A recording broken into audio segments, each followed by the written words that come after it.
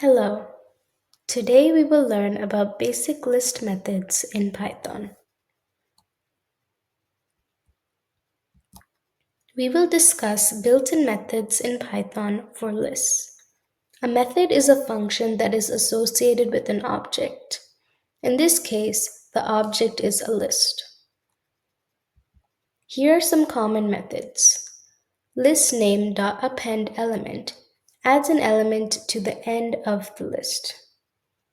So for example, we have our list named animals, and the elements in this list are cat, dog, fish, and pig. Animals.append cow adds cow to the very end of this list. And then we print this new updated list to the console output. ListName.remove element removes an element the first time it appears in the list.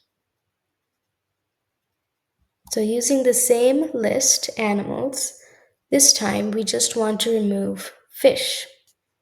And as you can see here, the new updated list is printed without fish in it.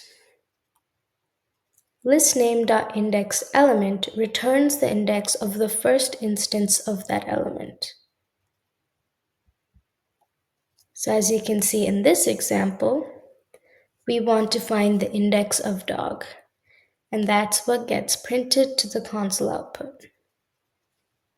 Thanks for watching and have a great day.